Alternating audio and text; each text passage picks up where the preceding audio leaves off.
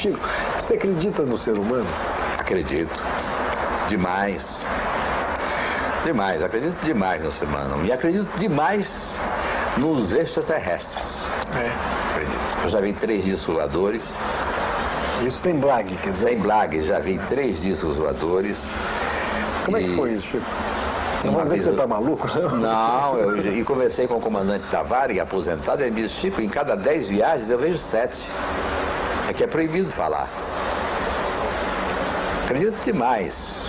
Você viu como é que foi essa? Uma vez eu vim no meu sítio, eram 2 pratos de alumínio e tal, mostrei até pro Zelito, pro meu irmão, lá. Outra vez eu estava em Natal, no Hotel Reis Magos, e fui lá fora para ver se amanhã fazia sol e tal. Quando eu olhei para ver se tinha estrela, aí vi lá no fim, como se fosse no Leme, aquela coisa assim, balançando, laranja, aí aquela coisa fez, e ficou vermelha e balançando no posto 6. Aí chamei o Manuel da Conceição, daqui a pouco o hotel inteiro estava vendo, todo mundo na janela.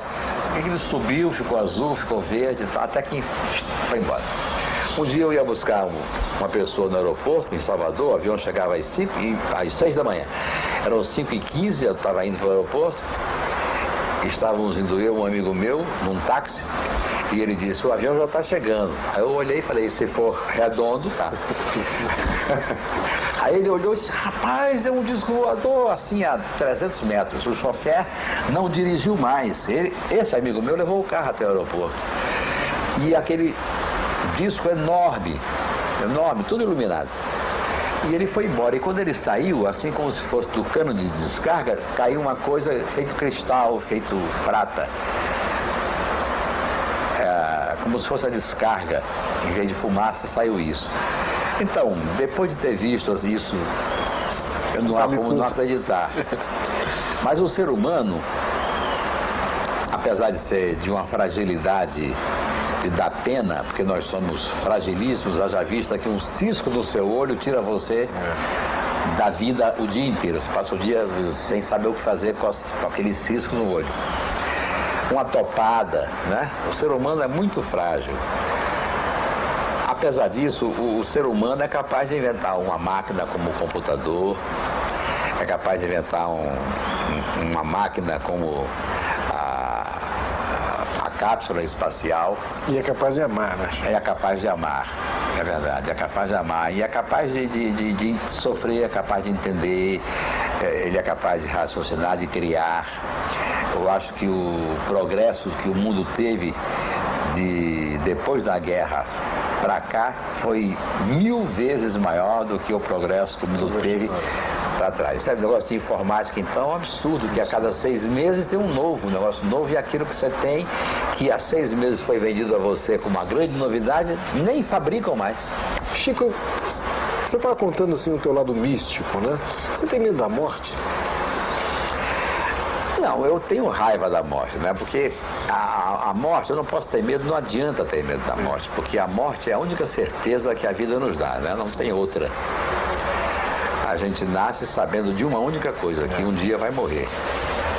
Mas eu tenho medo da morte de um filho.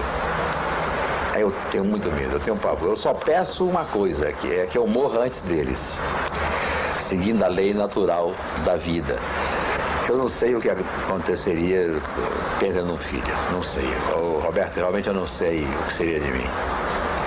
Eu acho que a morte é inevitável. Tenho medo de morrer dando trabalho às pessoas, bota o Chico no sol, tira o Chico do sol, aquele negócio. Eu acho que pela pessoa legal que eu sempre fui, eu merecia morrer dormindo. Eu tenho uma inveja na vida, que é a morte do Chaplin, que morreu dormindo na noite de Natal. Mas ele mereceu. Então, eu tenho medo da morte, do tipo de morte que me será dado, sabe? Uma morte... E deixar a vida, né? O pior é isso. Eu vou te contar uma história que é muito interessante sobre a morte, que é o padre Quinderé, em Maranguape, que estava com 97 anos, já para morrer desenganado, e o bispo foi visitá-lo. Isso serve até para fechar o programa.